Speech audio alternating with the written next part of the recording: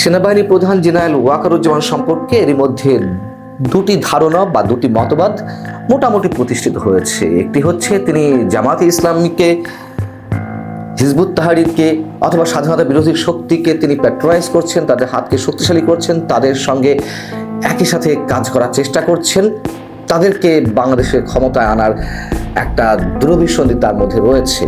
আর অন্যদিকে হচ্ছে একেবারে বিপরীত, তিনি ভারতের দাবিদারি করছেন, ভারতের প্রেসক্রিপশন অনুযায়ী চলছেন এবং আওয়ামী লীগকে পুনঃপ্রতিষ্ঠার জন্য তিনি কাজ করছেন।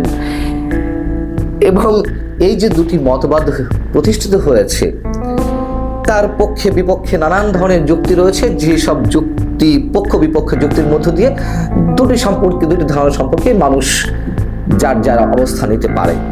এমন একটা অবস্থায় সেনাবাহিনী প্রধান রয়েছেন। যেহেতু তিনি এখন সময়ের সবচেয়ে আলোচিত ব্যক্তি, ডক্টর ইউনূসের পাশাপাশি বাংলাদেশকে ভয়ঙ্কর একটা রক্তাক্ত অধ্যায় থেকে তিনি উদ্ধার করেছেন। এখন তিনি কি করতে যাচ্ছেন সেদিকে সবার দৃষ্টি। নতুন করে যেটি আলোচনা চলছে তা হচ্ছে খালেদা জিয়ার সঙ্গে তার যে 43 মিনিটের বৈঠক বলি বা আলোচনা বলি, সাক্ষাতের মধ্য দিয়ে সেখানে কি আলোচনা হলো, কি ধরনের কথাবার্তা হলো, নানান ধরনের গুঞ্জন, নানান ধরনের কৌতূহল, প্রশ্ন। এই বিষয়ে আমি নিজেও আপনাদের সঙ্গে কথা বলেছি আপনাদের সামনে। এখন এই বিষয়ে আসলে আন্তঃবাহিনীর সশস্ত্র বাহিনীর জনসংযোগ পরিদপ্তর ISPR থেকে ফরমালি কোনো স্টেটমেন্ট দেওয়া হয়নি।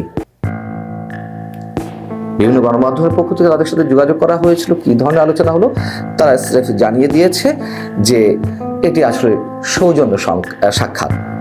কিন্তু আমরা তো আসলে সহজে এটি মেনে নিতে পারছি না। যাই হোক, 43 মিনিটে এই আলোচনায় যে বিষয়গুলো মানুষ বিশ্লেষণ করার চেষ্টা করছেন, যে বিষয়গুলো বেরিয়ে আসছে নানান মতামতের ভিত্তিতে, এক নম্বর হচ্ছে তিনি ছাত্র সমন্বয়কদের পছন্দ করছেন না। ছাত্র সমন্বয়কদের মাধ্যমে নতুন কোনো দলের যাতে কোনো ধরনের উত্থান ঘটতে না পারে সে ধরনের কোনো মেসেজ খালেদা জিয়াকে দিয়েছেন কিনা, অথবা খালেদা জিয়ার বা বিএনপির যে বর্তমান অবস্থান সমন্বয়কদের বিরুদ্ধে সেই বিষয়ে তার সমর্থনের কথা তিনি জানিয়েছেন কিনা। আলোচনায় বর্তমান সরকারের যে নানান ধরনের ব্যর্থতা, নানান ধরনের বিশৃঙ্খলা, সে বিষয়ে তিনি তার মতামত বিএনপির কাছে তুলে ধরেছেন খালেদা জিয়ার মাধ্যমে। এবং যে বিষয়টি খুব বড় আকারে আসছে, গত কয়েকদিন আগে ভারতের পররাষ্ট্র সচিব বিক্রম মিশ্রি যে বাংলাদেশ সফর করে গেলেন, সেই সফরের মাঝখানে কোনো ধরনের শিডিউল ছাড়া বিক্রম মিশ্রি নাকি আমাদের সেনাপ্রধান জেনারেল ওয়াকারুজ্জামানের সাথে বৈঠক করেছেন এবং এটি ওপেন সিক্রেট করেছেন। কিন্তু কি কথা হয়েছে তা আমরা কেউ নিশ্চিত নই।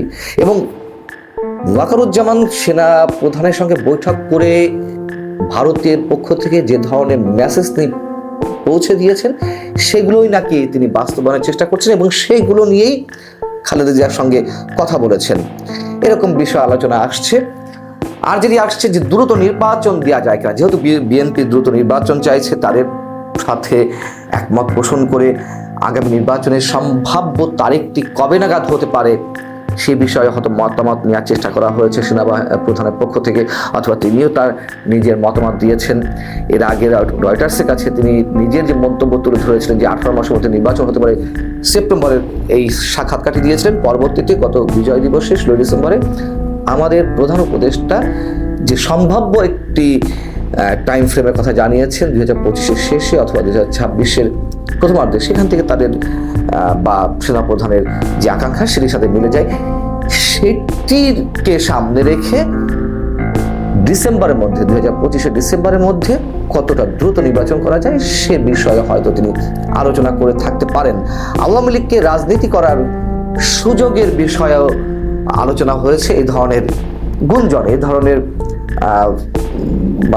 ধরনের ধারণা অনেকের পক্ষ থেকে উঠে আসছে এবং আমি নিজেও এই বিষয়ে কথা বলেছি। বিদেশে যাওয়ার কথা রয়েছে চিকিৎসার জন্য আগামী সোমবার খালেদা জিয়ার, এবং -2 ফর্মুলা থেকে তিনি বিদেশে গেলে আর ফিরে আসতে পারবেন কি পারবেন না সেই বিষয়ে নানান ধরনের গুঞ্জন রয়েছে। সেদিক থেকে কি সেনাপ্রধান কোনো ধরনের নিশ্চয়তা দিতে গেছেন যে না তিনি যেতে পারেন অথবা যাওয়ার দরকার নেই, এ ধরনের কোনো মন্তব্য করেছেন কিনা, এই ধরনের কোনো আলোচনা হয়েছে কিনা সে বিষয় নিয়েও প্রশ্ন উঠছে। এখন বিষয় হচ্ছে যে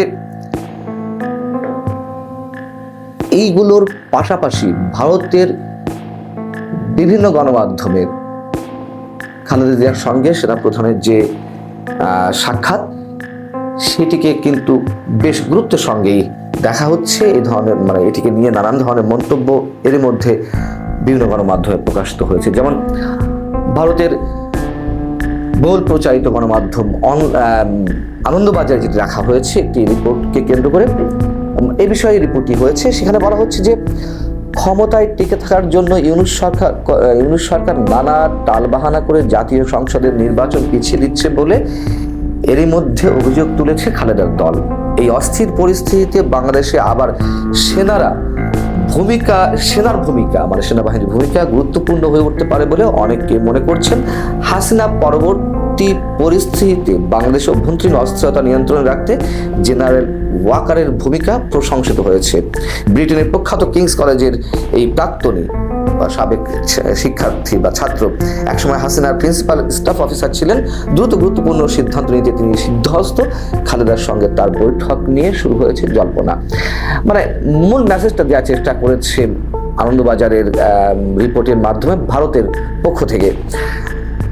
আবার এর আগে যেহেতু প্রথম আলোর সঙ্গে সেনাপ্রধানের একটি সাক্ষাৎকার প্রকাশ হয়েছে প্রথম আলোতে, সেখানে ভারত প্রসঙ্গে মন্তব্য করা হয়েছে যে ভারত এবং বাংলাদেশ দুই দেশের স্বার্থে একে অপরকে প্রয়োজন। নেতৃস্থানীয় বাংলা পত্রিকায় প্রকাশিত বাংলাদেশ সেনাপ্রধান জেনারেল ওয়াকারুজ্জামানের একটি সাক্ষাৎকারে ভারতে হাসিনার উপস্থিতি এবং বাংলাদেশের প্রত্যর্পণের অনুরোধের কথা বলা হয়নি। আসলে প্রথম আলোর এই সাক্ষাৎকারে সেনাপ্রধান এই বিষয়ে কোনো মন্তব্যই করেননি। যেহেতু মন্তব্য করেননি, এটা নিয়ে আবার হিন্দুস্তান টাইমস কিভাবে তাদের মন করা ব্যাখ্যা দিচ্ছেন এটি আমরা ঠিক বুঝতে পারছি না। সেখানে দুই দেশের সম্পর্কে কথা বলেছেন, আগামী দিনে ন্যায্যতা ভিত্তিক দুই দেশের সম্পর্ক নির্ধারিত হবে এই বিষয়ে কথা বলেছেন। মোদ্দা কথা, সেনাপ্রধান নিঃসন্দেহে গুরুত্বপূর্ণ, তাতে কোনো সন্দেহ নেই। এবং আমার ব্যক্তিগত মতামত যেটি, যে বিষয়গুলো আলোচনায় এসেছে, নানান বিষয়ে গুঞ্জন চলছে, তার কোনোটি আমি নেগেটিভলি নিতে চাই না। অবশ্যই সবকটাই আমি ইতিবাচকভাবে নিতে চাই।